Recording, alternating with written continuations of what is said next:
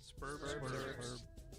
Welcome to another exciting episode of Sperb's Herbs. Today is our first A-lister herb. This is a blockbuster herb. Today we're going to be talking about Dongui Angelica sinensis radix. This is not just a major herb in Chinese medicine, but also a major herb in Western medicine. So let's get into it.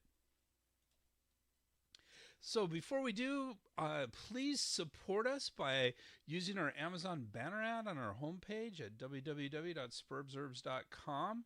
So anytime you go over to Amazon, if you click there first, we'll get a few pennies, and that will help support us as we're doing this. So thank you. If you are an acupuncturist, this podcast, as well as others, are approved for CAB-CEUs and NCCAOM PDAs. That's California Acupuncture Board Continuing Education Units and National Certification Commission of Acupuncture and Oriental Medicine professional development activities at a reasonable cost at www.integrativemedicinecouncil.org. That's integrativemedicinecouncil.org. We are looking for sponsors for our podcasts. If you are looking for effective, super targeted, personalized advertising with an excellent return on investment, check out the advertising section of our website. There was a big mountain on which grass and trees grew luxuriantly. Although there were valuable medicinal herbs on the mountain, very few people went there to collect them, because many poisonous snakes and beasts of prey also lived there. Below the mountain, there was a village. One day, the young villagers were chatting together. "I am the bravest man in our village," said one. The others didn't believe him. "If you are the bravest, do you dare go up the mountain to gather medicinal herbs?" deliberately asked the others. "Who says I don't dare to? Wait until I return with the medicinal herbs that can cure your disease of cowardice." "That's enough of your boasting. If you are bitten by the poisonous snakes or the beasts of prey, we will have to search for the medicine for your recovery." But the young man didn't take back his boast.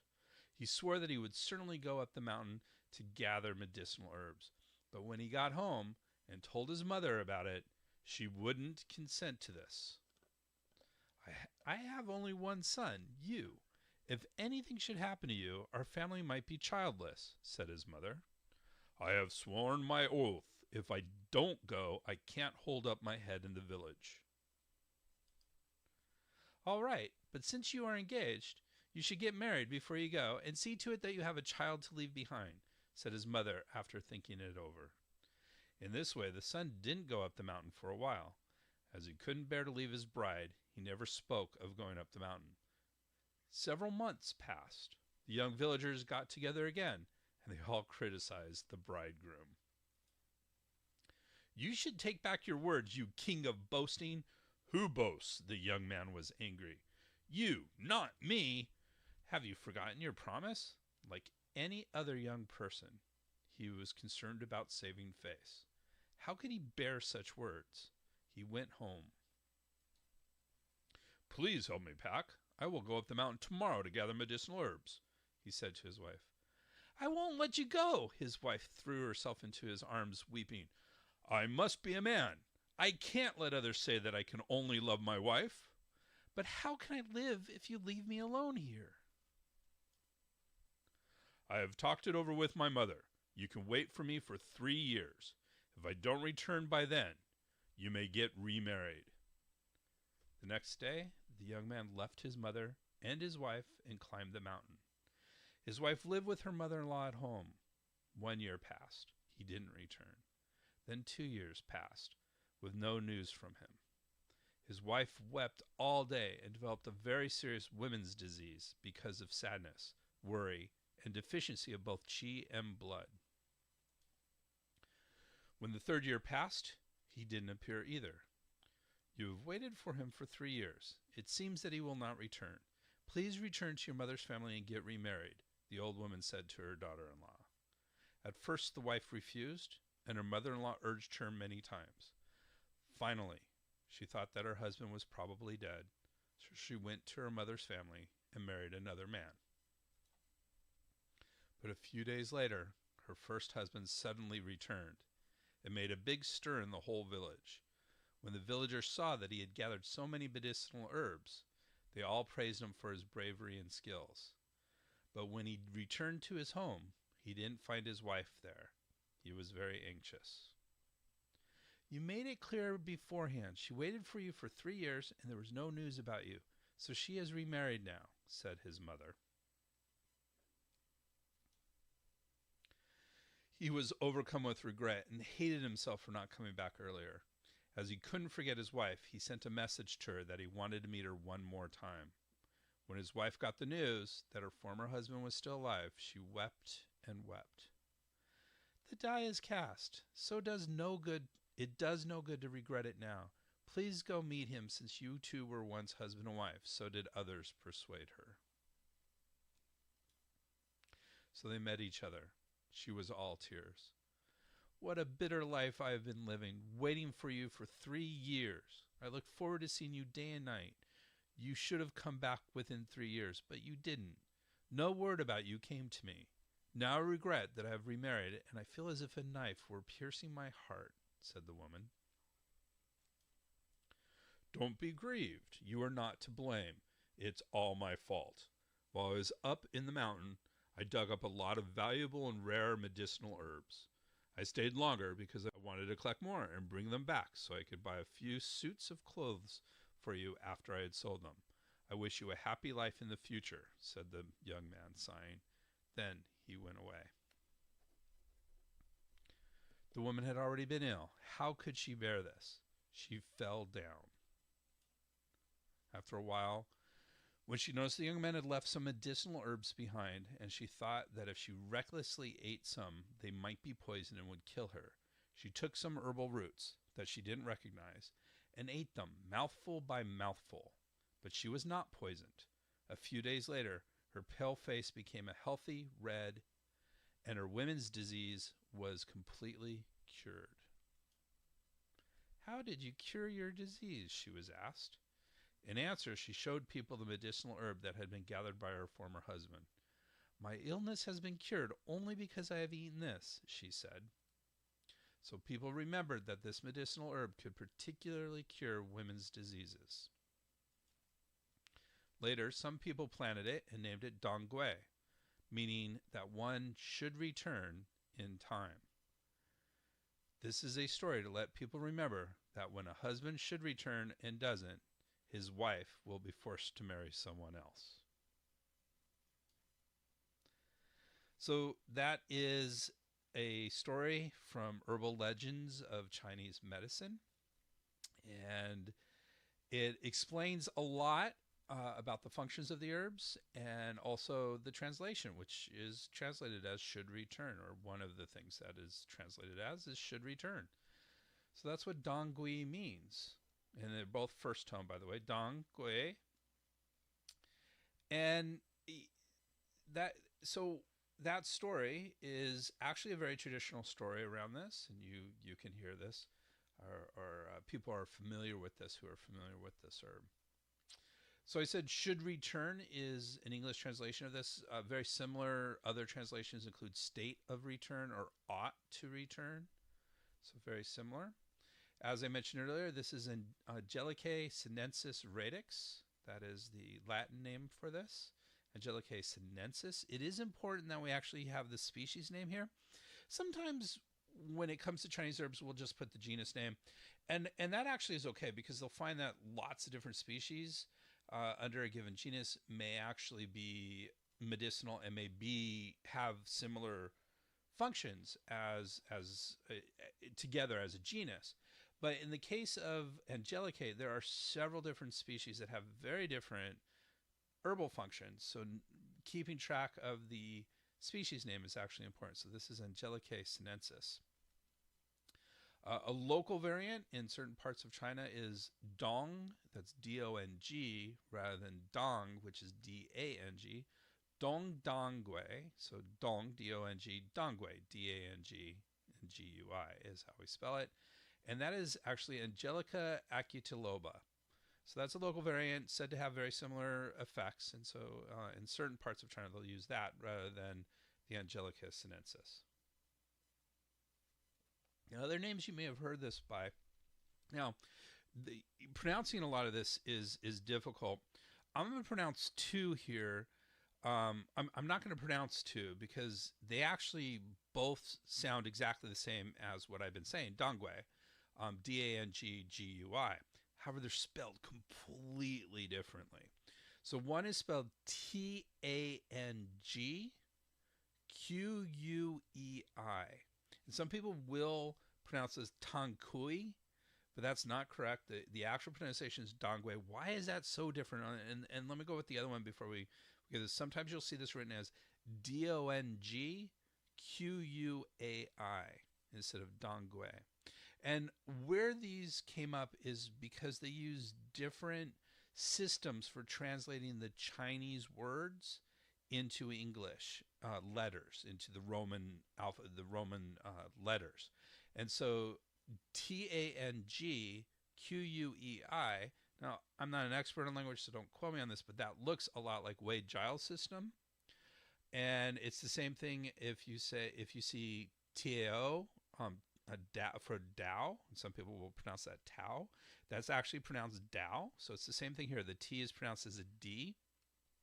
And K is often sounds like a G sound when it comes to Wade-Giles. So I know that there's one of the martial arts that I've studied is called Bagua, and it's actually spelled P-A rather than B-A, P-A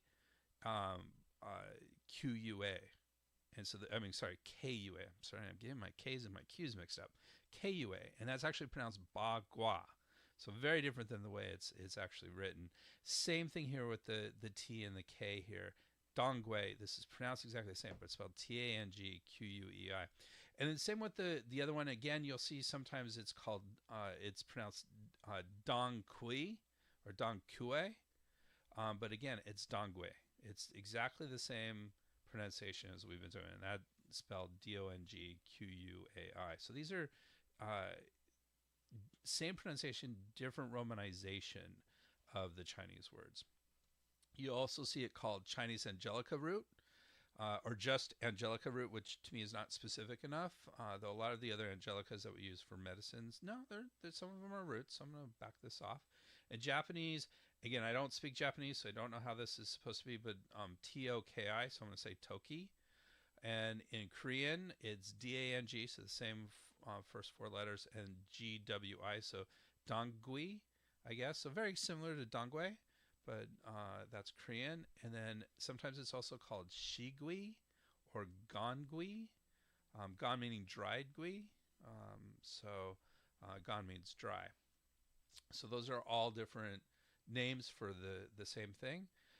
Generally, the dosage on this is around 4.5 to 5 grams. Different sources said 4.5 to 5 grams or 5 grams, up to 15 grams dosage. So this can be actually dosed at a relatively high dose, and so up to 15 grams.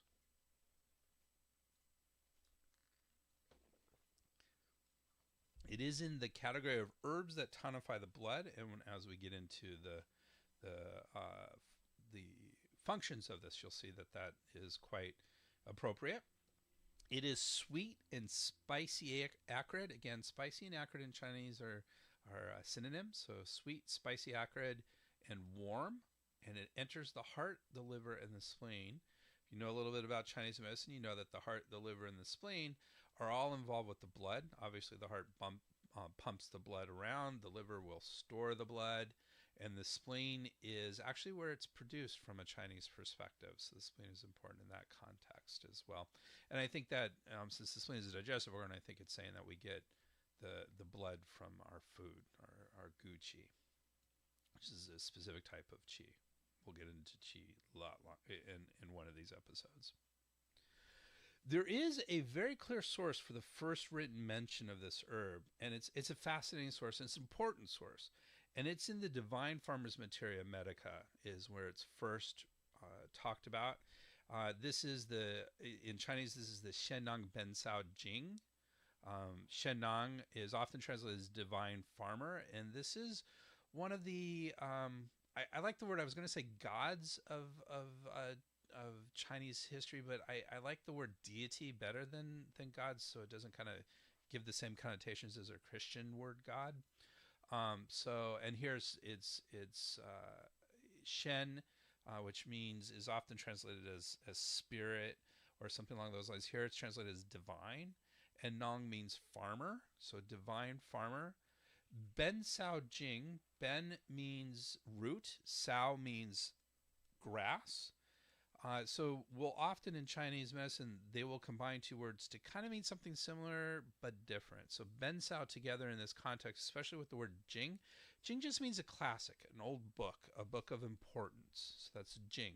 So Ben Sao Jing altogether is translated here as materia medica, which is Latin for medical materials.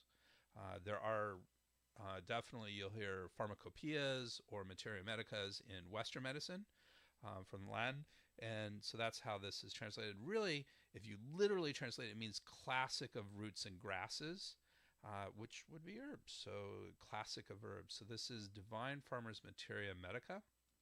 It was written in the 2nd century of the Common Era. So this is late Han Dynasty. If you're familiar with that, Han Dynasty was a big important dynasty. It lasted about approximately 200 years BCE to 200 years CE. And really does kind of a lot of the foundational books of Chinese medicine come out during this time, including the Shenang Ben Saojing, or the Divine Farmer's Materia Medica, which is the first written book that we have to this day. There's actually supposed to be the Shenang Jing, which is predates this, of which this is sort of a reformed version of. And so, but the Shenang Ben Saojing is probably the first written classic that we have that describes individual herbs. And so it's incredibly important in Chinese medicine and for the historical context. It's the earliest materia medica.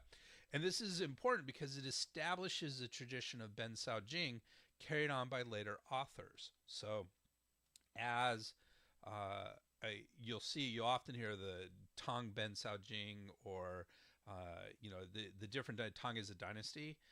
Different dynasties will have their own Ben Sao Jing as they go forward, and even to modern day, the Ben Sao's Materia Medica will change every few years to reflect new information. What's interesting about this and not carried through to modern day is it classifies medicinals into 3 grades. And these are superior, medium, and inferior grades. So interesting in that context. Establishes basic rules for herb combining. So that's important. There are certain herbs that you're not supposed to combine with other herbs. And it still has some shamanistic overtones. It's interesting as we get into. We're going to do a little bit of quote here, and you'll see some of those shamanistic overtones as we get into it. So here's a quote from the Shenang Ben Sao Jing. This is a preface, or the beginning of it. There are 120 superior class medicinals which are used as sovereigns. They mainly nourish life and correspond to heaven. They are non-toxic, and taking them in large amounts and for a long time will not harm people. If one intends to make one's body light, boost the qi, prevent aging, and prolong life, one should base one's efforts on the superior class. There are 120 medium class medicinals, which are used as ministers. They mainly nurture personality and correspond to humanity. They may or may not be toxic, and therefore one should weigh and ponder before putting them to their appropriate use. If one intends to control disease, supplement vacuity, and replenish exhaustion, one should base one's efforts on the middle class. There are 125 inferior class medicinals, which are used as assistants and envoys. Now, I'll get into this a little bit. They mainly treat disease and correspond to earth. They are usually toxic and cannot be taken for a long time. If one intends to eliminate cold and heat and evil qi, break accumulations and gatherings, and cure disease, one should base one's efforts on the inferior class. Now, there's a lot of internal logic in these three classes that are just described. So, for example, they talked about the superior class corresponding to heaven, the medium, the middle class corresponding to human or man, and the inferior class corresponding to earth. So this is heaven, man, and earth. This has very strong overtones in Taoism and in Confucius thought that heaven and earth are the poles, and humans are in the middle between heaven and earth, or a combination of heaven and earth. And so that kind of corresponds with yin yang theory and a lot of Taoism. So that's an interesting internal aspect to this here. You also, it talked about the superior herbs being sovereigns or emperors, the medium herbs being ministers, and the inferior herbs being assistants and envoys. As you get into formulas, we talk about these different roles for herbs within a given formula. So they can be either sovereign or emperor herbs, they can be ministers, they can be assistants and envoys. And these roles are very Confucianist in their origin, and reflect, you know, this idea of the Chinese that the way things are in heaven are the way things are manifested by man, and the way things are appear in earth. And so the idea is that the government appears this way amongst men, so therefore heaven is run in the same way and earth is run in the same way, not because men are doing, but because men are reflecting what's happening in heaven. And so this idea of sovereigns, ministers, assistants, and envoys are the way the government worked, and so therefore our herbal formula should work the same way. Very Confucius in origin in that context. And so you see that in the descriptions of all of these. We talked about, there's some of the shamanistic overtones. We talked about personality with the medium class medicinals. So yeah, herbs, maybe shamanistically, are said to be able to work with personalities and change personality. And in a certain context, you can understand that. If you have a disease state and you cure the disease, your personality does change. If you're very sick, you're usually gruff and mean and angry. And then as you come out of that illness, you're grateful for the help you got and all that sort of stuff. So your personality changes. So it makes a certain amount of sense that herbs can do that. But here it's very explicit that it does do that. All right, so that is Shennong Ben Sao Jing. We are going to continue with our discussion of Shennong Ben Sao Jing. And here's a quote about Dongui in that, and it's listed under Dongui. So let's do that. Dongui, Ridix Angelicae sinensis, is sweet and warm.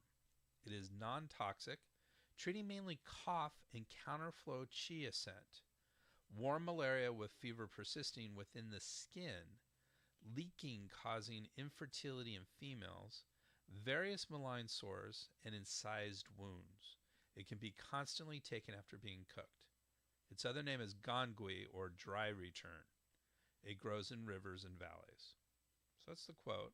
Very different, as we're going to see. That's a bit different than what we see in modern times. In fact, it says treating mainly cough. Well, we don't use it very often with cough. We do. It is one of its functions, but it's not a strong function of it. So, and we don't. At least in the U.S., we don't really deal with malaria, so we don't use it for malaria. But counterflow qi ascent, so that means that it causes qi to descend, which isn't exactly, I mean, we will get into that quite a bit. It can do that depending on how it's prepared, but it's not necessarily, we do say it actually moves qi, and that's important. It says leaking causing infertility in females. So that's important. We're going to find that this is probably one of the main, if not the main, female herb as we go through this. So that not just infertility, but a lot of other issues as well. And we are going to find that it can be used internally and externally for various sores and wounds. So that all makes sense as well. So as a footnote on Dongui in the Shennong Ben Sao Jing, here is, it's probably a commentary on the original entry. So Here it goes as a quote. Dongui, radix angelica sinensis, can be translated literally as expected to be back home. So there's another translation.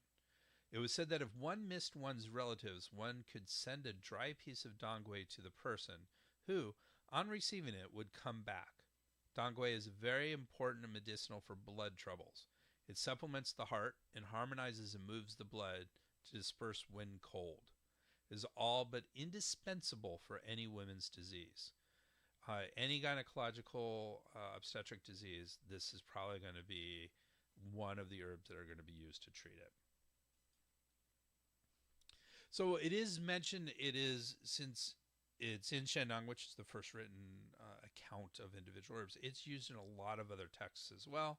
And some important ones are, it is mentioned in several formula and at least one commentary in the Shanghan Lung on cold damage, and there are many more mentions in the Jingui Yao Lue, Essential Prescriptions of the Golden Cabinet. Now, if you're not familiar with these two books, just like the Shandong Ben Sao Jing is sort of the first book on individual herbs, the Shanghan Lung and Jingui Yao Lue are the first books on herbal formulas. And it's important, they were actually one book coming out of the Han Dynasty as well. So the same time frame as the Shandong Ben Sao Jing. And it did not get out of the Han Dynasty very well or intact. And so it was by actually very famous collaborators in the several hundred years or 100 or 200 years after the Han Dynasty, was put together in two separate books called On Cold Damage, Shanghan Lung, and Essential Prescriptions of the Golden Cabinet, the Jingui Yao Lue. The Shanghan Lung focuses on how cold enters the body and causes diseases. And there's a fascinating quote in the beginning that he lost large numbers of his family due to cold diseases. So he wrote this book.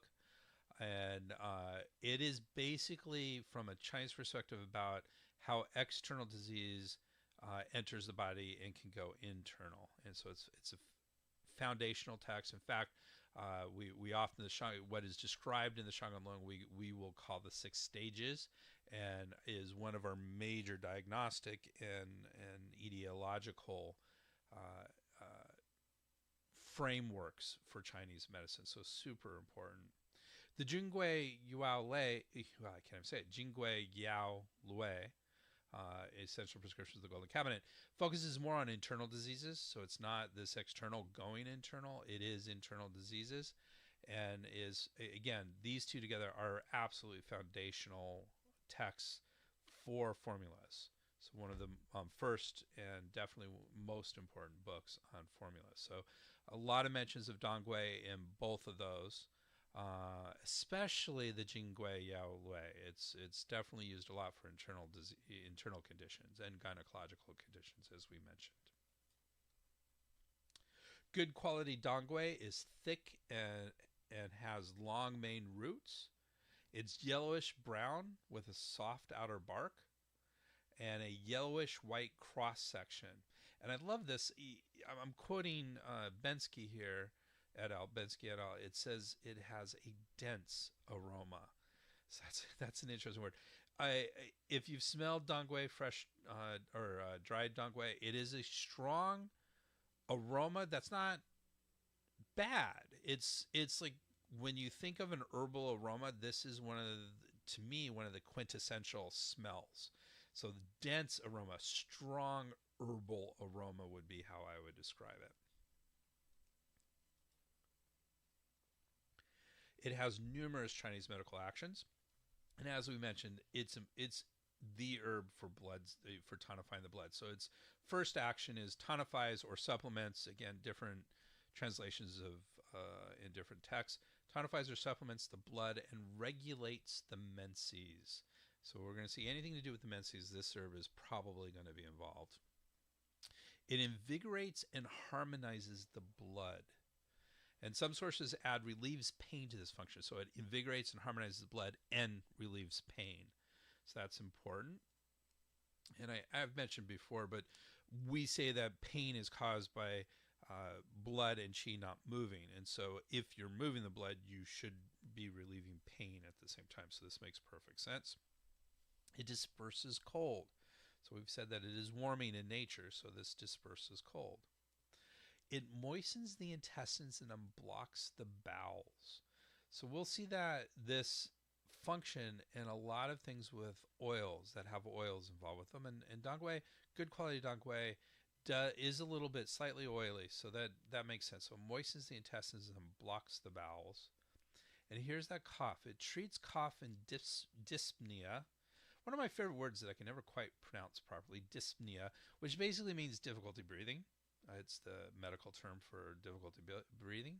So it treats cough and dyspnea, but it is relatively weak with this function. In other words, it's not used. It can be used in conjunction with other herbs, but alone it would not be used to treat cough and dyspnea.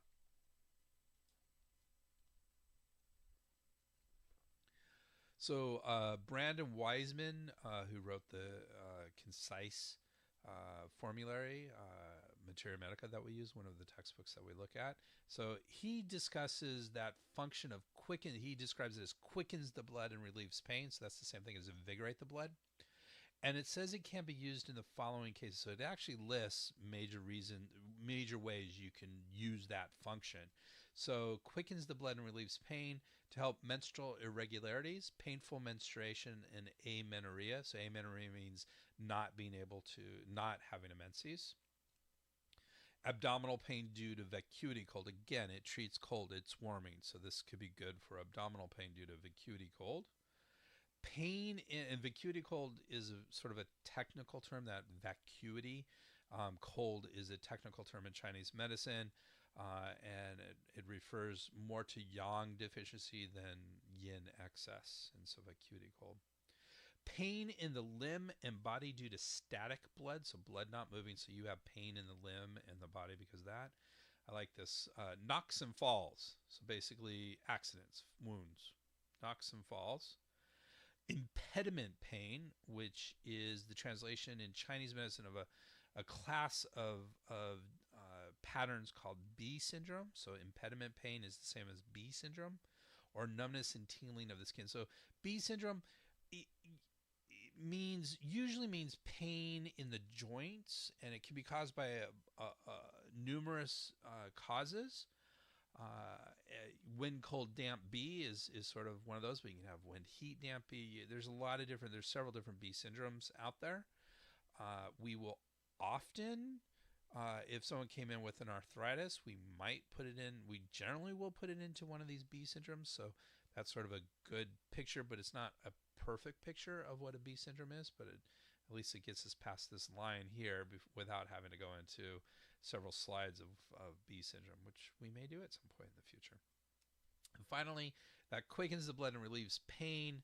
In Brandon Wiseman's book, it can also help welling and flat abscesses. So these are flat abscesses or welling or abscesses that are above the skin level. So welling and flat abscesses. So dongui is a very, very commonly used herb, both in Chinese and herbal traditions. So if you look at European Western herbal traditions, it is used very commonly in there as well. And there's a ton of commentary on this herb. Too much for me to list in a 1-hour episode. So I'm kind of taking a few important commentaries for us to discuss. Bensky has a great passage that they translate from Zhang Shi Chun, from Essays on Medicine, Esteeming the Chinese and Respecting the Western. So right there, this is a more modern source, because Essays on Medicine, Esteeming the Chinese and Respecting the Western. So here's the quote. Dongui is sweet, slightly acrid, rich in fluids, and warm in nature. It is the primary herb for generating blood and invigorating blood, but it also disseminated and unblocks the qi aspect, inducing the qi and blood to return to their proper place. Hence the name state of return. Again, we bring in, that's dongui. So the name state of return, it comes back. Its power can raise because it is strong and steady in action and warm. It can direct downward because its flavor is rich and acrid. Internally, it moistens the organs because of its concentrated fluids and sweetness. Externally, it thrusts out to the muscle layer because of its acrid, warm nature. Although Angelica sinensis radix, Dongui, is warm, it can still be used if there is heat with blood deficiency because as it can generate blood, it enriches yin, and by enriching yin, it can reduce heat. Although its exterior dispersing property is rather weak, it actually excels at expelling wind because wind contracts the body. It tends to cause painful obstruction of blood, and blood, once invigorated, unblocks the area of obstruction so that wind naturally departs. End of quote. Also in Bensky, another commentary. When the blood is sufficient and moves harmoniously, the qi will also circulate properly. The Gram Materia Medica therefore calls this herb for the qi within the blood. Proper movement of both qi and blood eliminates pain, expels wind, restores normal menstrual flow, assists healing, and moistens the dryness. The type of dryness it particularly addresses is that in the intestines causing constipation. It moistens dryness and lubricates the intestines. So those are a couple commentaries. There's so much out there in the literature on this herb. So generally when we've been talking about Dongui, we've been talking about the whole herb and the whole root. So different parts of the root are said to have slightly different functions. So the head, without the lateral roots, is also known as Dongui to meaning head. So Dongui to is the most tonifying part, but less effective in moving the blood, and it moves upward. The fine lateral roots, known as the tail or Dongui wei, so it's Dongui and wei, W-E-I, wei, is the least tonifying but the most moving, and it moves outward.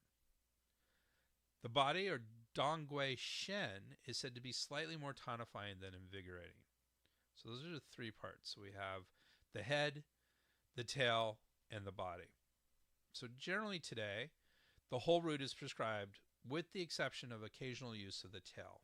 So the Dongui Wei. We generally do not break down the Dongui Shen, the body, or Dongui To, the head, though sometimes we'll do Dongui Wei. But generally, we do the whole herb when we use this, the whole root when we use this herb. There are many preparations, and these preparations can change the effects of it. So for example, we can dry fry it. And when it's dry fried, it retains its moving and tonifying properties, but minimizes its intestine moistening. So the idea there is that when you dry fry it, you dry it up a little bit so it's not as moistening to the intestines and doesn't help move the stools if it's dry fried. And it's good for gynecological patients with diarrhea. If someone has diarrhea, you don't want to give them Dongui because that will cause the diarrhea to get worse. This is a great preparation to prevent that. It can be wine fried. Slightly stronger intestine moistening and greatly enhanced blood invigoration. So still can tonify the blood, but the blood invigoration is even more. It can be earth fried. And this is good for tonifying the blood in patients with loose stools or diarrhea. Again, it kind of takes out some of that moistening stuff. It can be vinegar fried. Better for entering the liver and for restraining bleeding. And useful, it says it's useful for nosebleeds. So that is an interesting one. For external conditions, often made into a paste and applied externally. And it is often steeped in liquor. So you will put this in grain liquor or whatever. We're told in the West to use vodka because it's a relatively neutral alcohol, but you can use other, traditionally rice wine might have been used. And there are herbs that there are bottles you can get over the counter that really all it is Dongui and liquor, and it has medicinal purposes so that it can be and is often steeped in liquor. Can be used in a few combinations. Again, the combinations are too numerous to have them all here, but I have a few primary ones or sort of highlighted ones. So one of the combinations is using it with Chuanxiang rhizoma, or the Chinese for that is Chuanxiang. And so in that case, Dongui harmonizes and supplements the blood, while Chuanxiang invigorates it and disperses blood stasis, all of which are enhanced when used together. So Dongui balances the spicy dryness of Chuanxiang, while Chuanxiang reduces adverse effects from the greasy nature of Dongui. So Chuanxiang can be very drying, and so that it can be very helpful. Another herb that we can use with this is Cyperi rhizoma, or xiangfu. This xiangfu moves the qi in the blood and relieves constraint. Together, one enters the qi aspect and the other the blood aspect, tonifying and moving the blood. So the xiangfu does more of the qi aspect of the blood. The dongui does more of the blood aspect of the blood, and together they are very strong, tonifying and moving the blood. So a very good combination there. Comparisons with other herbs. So another very commonly used herb in Chinese medicine, and really important, especially in the context of what we're talking about as well, is Paeonia alba radix, or Bai Xiao, which translates as white peony, I believe. Both are blood tonics. Bai Xiao, however, is cooling and used for blood and yin deficient patients with heat, while Dongui is more suitable for blood deficient patients with yang deficiency and coldness. So one's more for heat, one's more for coolness. Dongui moistens the intestines, and Bai Xiao does not moisten the intestines. So that's comparison between those two. Another one to look at is Spatholobi callus, or Ji Shui Tong. Now, when I first learned Ji Shui Tong, it was a totally different herb than Spatholobi, which happens. Often they'll put in a Chinese word, and then when they find kind of determine a Latin name, they'll put that in its case. So some of you older practitioners may not have heard of Spatholobi callus, but its Ji Shui Tong is definitely an herb that we would have learned. And both that and Dongui will tonify and invigorate the blood. Dongui primarily tonifies, and Ji Shui Tong primarily invigorates. So together they're very good at doing both. Though that wasn't necessarily a combination, just difference between the two. Safety of Dongui. So generally this is considered a very safe herb. The American Herbal Products Association's Botanical Safety Handbook, which is a great large text on herbs, rates it as safety class 1, their highest safety rating, meaning it can be safely consumed when used appropriately. So that is good. Very safe in general. We'll quantify that safety in just a little bit. So the science behind it. This is absolutely one of the most heavily researched herbs around, and there are a lot of small studies with numerous claims. Way too much for us to talk about here. We will therefore focus on larger and meta-studies. If you're not familiar with meta-studies, I talk a lot about meta-studies. Meta-studies are studies that look at other studies. In other words, they can combine a bunch of smaller studies into a larger study, and hopefully we'll have more evidence to prove or disprove a given hypothesis. So looking at meta-studies is very high-level evidence in general. So Chen and Chen, who wrote one of our translations of the Materia Medica, state that it is antiplatelet, so it actually prevents platelets. Platelets are important in coagulation, so it can stop the clotting process. It is immunostimulant, which means it helps the immune system. It is hepatoprotective, it protects the liver. It is antibiotic, so it treats bacteria. Analgesic, it helps pain. Anti-inflammatory, and it affects the uterus and the cardiovascular and respiratory systems.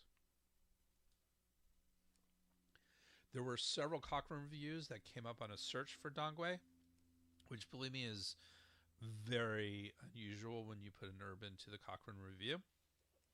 They are not publicly available, and in general, their abstracts discuss Chinese herbal medicine in general without details of formulas or individual herbs in the reviews, at least not in the abstracts. So it's difficult for me to determine whether or not dongui was specifically in these reviews. But based on the conditions that were listed there and the fact that when I put in dongui, these reviews came up, we would reasonably expect that these include dongui. But the reason why I'm going into this is none of them were specific about dongui. They were all about formulas, which is how Chinese would use dongui in general. So we need to keep that in context when we're talking about some of these studies. They found Chinese herbal medicine was potentially helpful in endometriosis, promising though limited evidence in treating dysmenorrhea. Dysmenorrhea means painful menses, and often corresponds with premenstrual syndrome. Low to moderate level evidence of benefit in vascular dementia. So that's an interesting one. And low to moderate level of evidence is actually about as strong as it gets in the Cochrane reviews for herbs. It may offer help in treating the side effects of chemotherapy in breast cancer patients.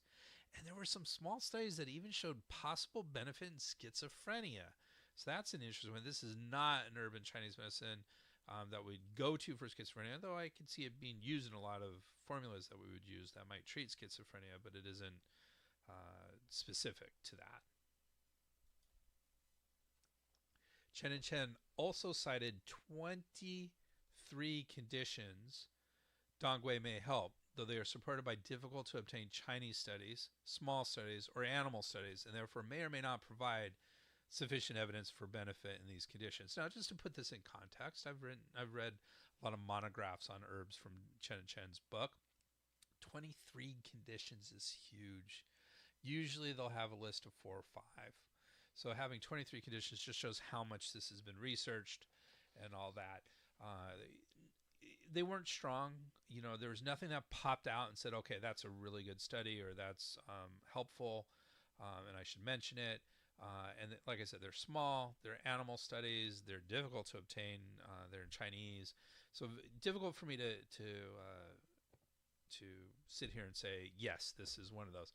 But it's just indicative of how widespread, how many different problems dongui can actually help with. So it's the contents of dongui, what the constituents of dongui contains many essential volatile oils, ferulic acid, Z-ligustolide, butylidenophthalide. All right, this is a hard one. Butylidenophthalide and various polysaccharides. Ferulic acid appears to be amongst the most bioactive of these and has anti-inflammatory and immunostimulatory effects. The Z-ligustolide has anti-inflammatory, anti-cancer, neuro, and hepatoprotective effects. So neuroprotective, in other words, it helps the nerves, and hepatoprotective means it helps the liver effects. That's an interesting compound. And then N-butylidenophthalide, it's a hard one because it's an NEPHTHAL phthalate. So it's butylidenophthalide, all in one word, exerts anti-inflammatory, anti-cancer, and anti-cardiovascular effects. It should probably say, rather than anti-cardiovascular effects, anti-cardiovascular effects. It helps the cardiovascular system. So when we start to talk about drug interactions, there are several important concerns when it comes to dongui. And actually, I have a lecture on the 9 herbs to be worried about, and the 10 herbs to be worried about, and the 9 drugs to be worried about. And this is ranked number 9 out of those 10 herbs to be worried about. So it's up there. This is definitely has some potential drug-herb interactions at several different levels. Though, when it comes to specific drugs and what have you, it's all speculative.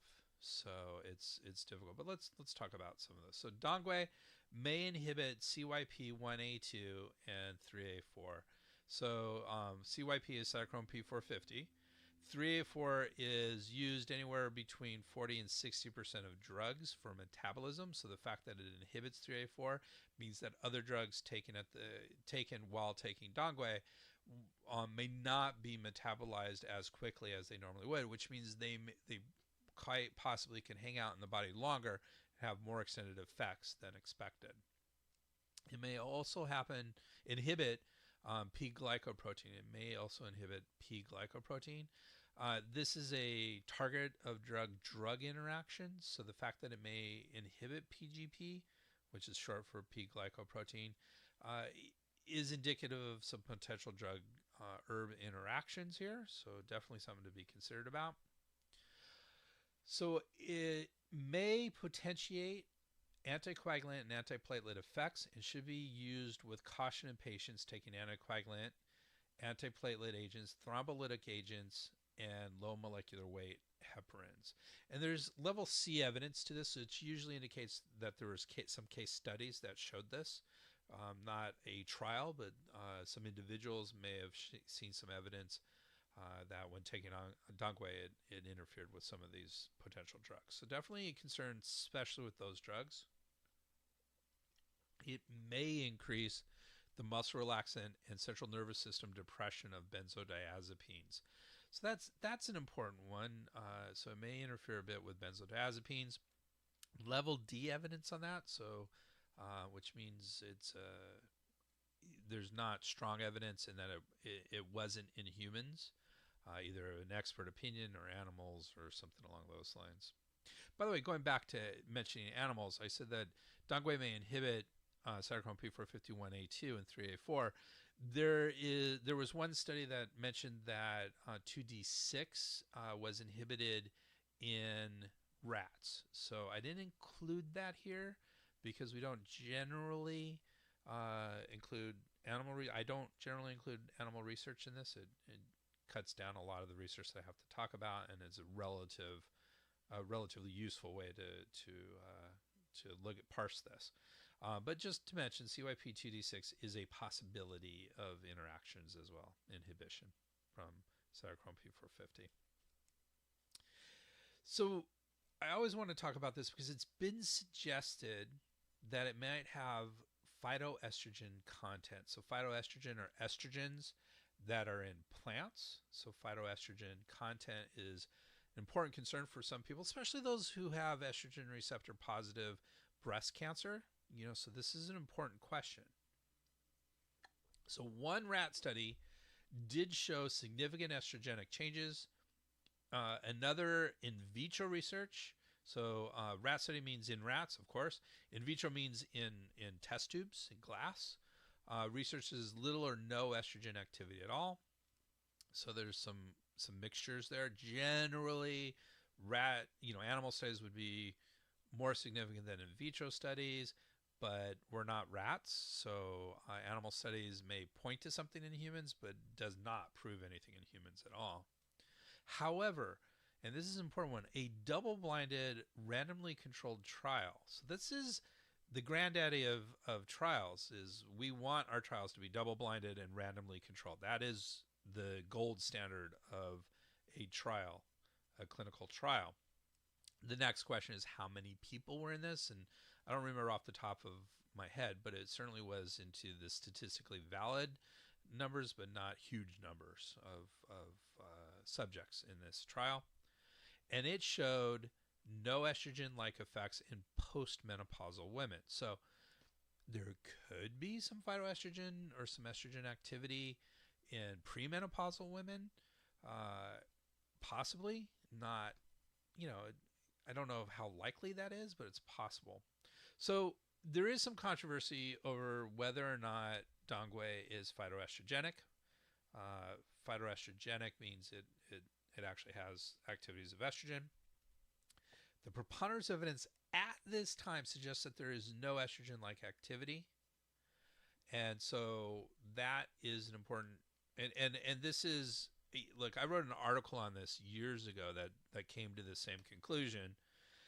And I was looking through the American Herbal Products Association's book, which is a good reference for this sort of things, and they came basically to the same conclusion. So there's not, I don't think there's strong evidence of phytoestrogen content. That doesn't mean the evidence can't change, and other studies can come out and say there is. So I'm not saying there isn't any. I'm just saying the evidence doesn't support it at this point. That's how I would phrase this. The other drug-herb interaction here is it may treat liver damage caused by acetaminophen, or Tylenol is the brand name for that, by promoting hepatocyte generation. So hepatocyte means liver cell generation. So it may treat liver damage caused by acetaminophen by promoting liver cell generation. So that's useful. That's a good drug-herb interaction. So what are some concerns? So as I mentioned earlier, this is quite safe, and I started to mention this LD50. So LD50 is the lethal dose that would kill 50% of the mice. So you give various doses to mice. When half of them keel over, that is the dose that is the LD50. So the LD50 in mice is 100 grams of dongui extract per kilogram injected. So that's absolutely huge LD50. Think about it. You have to be half the mice died when 1/10 of their weight was injected into them from dongui. That's really safe levels. Like, we would think about it in terms of humans. That would mean we would have to take, the average person, they say, is 150 pounds, that we would have to take 15 pounds of dongui. Remember, we're talking, the normal dose is 5 to 15 grams. 15 grams is about half an ounce. So you would have to take hundreds more than the regular dosing of this before it would be lethal in half of us. So that's, again, mice aren't humans and all that, but that is a very high LD50, which is what you want. You want a very high LD50. So it's a quite safe, and that quantifies the safety of it. It is contraindicated in patients with diarrhea or abdominal fullness due to dampness. So I did get into a little bit of talking dampness in our last show, Sharan. So you might want to listen to that if you want to learn a little bit about dampness. Chen says this should be a caution and adds spleen deficiency as a caution. So it should be caution in patients with diarrhea or abdominal fullness, but due to dampness, but it's contraindicated in, and they say, Chen says it's contraindicated in excess conditions or patients with yin deficient signs. So yin deficient signs means there may be some heat. You don't want to add a lot of extra heat here. And it is a tonifying herb, so you don't want excess conditions necessarily to be taken with it. So that makes sense. So, one book says it's contraindicated in these patients. Another one says caution should be used. Contraindications are not necessarily like adamant. So, especially when we start talking about formulas, which kind of balance out different herbs. So in this case, it's not entirely clear if it's contraindicated or caution in patients with diarrhea or abdominal fullness due to dampness. The American Herbal Products Association recommends stopping 7 days before surgery due to possible inhibition of platelet aggregation. So again, there is some evidence that this does inhibit platelet aggregation, which would be necessary to help heal from surgery. So they're just saying if you are taking it, stop it 7 days before surgery. That's a relatively reasonable recommendation. I'm not opposed to stopping herbs before surgery anyways, so any herb. So, but particularly because of this inhibition of platelet aggregation, you would definitely want to stop this 7 days before, or should stop it 7 days. They recommend they stop it 7 days before surgery. Some Western texts, where dongui is often used by itself, have warned against its use in pregnancy. So that's very interesting because it's often used in pregnancy in Chinese medicine in formulas. So we don't do individual dongui, we do formulas. We use dongui in formulas. So it's very commonly prescribed to pregnant women in this context, and not so much in the Western side of things. They use herbs in 1s and 2s and 3s, so much stronger effects from it. So they suggest not doing pregnancy. Chinese medicine says we do. I'm a Chinese medical practitioner. I've seen it a lot used in pregnancy. Don't have any issues with it. And this is actually short up. There was a study from Hong Kong. Ong et al. Did that study, and 12% of pregnant women used it during pregnancy. Well, I should say 12% of those who used herbs used in pregnancy. And that was the second most popular herb in the study. So very commonly used during pregnancy without any ill effects in the literature at this point. So I'm not concerned about it, but I do need to mention it here. And that concludes our episode. Can't believe I crammed all of that into 1 hour. So that is fascinating. Next week, we're going to be getting into one of the most used and controversial herbal formulas, and that is Shiao-san. So relaxed wanderer, or what's the other? Shiao-san is relaxed wanderer. You'll see that often as relaxed wanderer or traveler or something along those lines. Wandering. It's a fascinating formula, but what's up with this herbal mixture? Why is it controversial? Why is it one of the most used? Why is it controversial? What's up with it? Thank you very much for listening today. Again, a reminder, when you buy from Amazon, please use the banner ad on our homepage. Again, we get a few pennies, and that helps us to continue to do these. And you can always get in touch with me personally at Dr. Greg at spurbsherbs.com or at our website, www.spurbsherbs.com. So that's SPERBSHERBS.com. Thank you very much. Spurbs Herbs, Chinese singles. The proceeding was presented by Dr. Greg Sperber. We would like to thank Janelle for all her support and everybody else who contributed to this program. Thank you. Janelle, Timothy Thompson, Dobbins, Rogers, Campbell.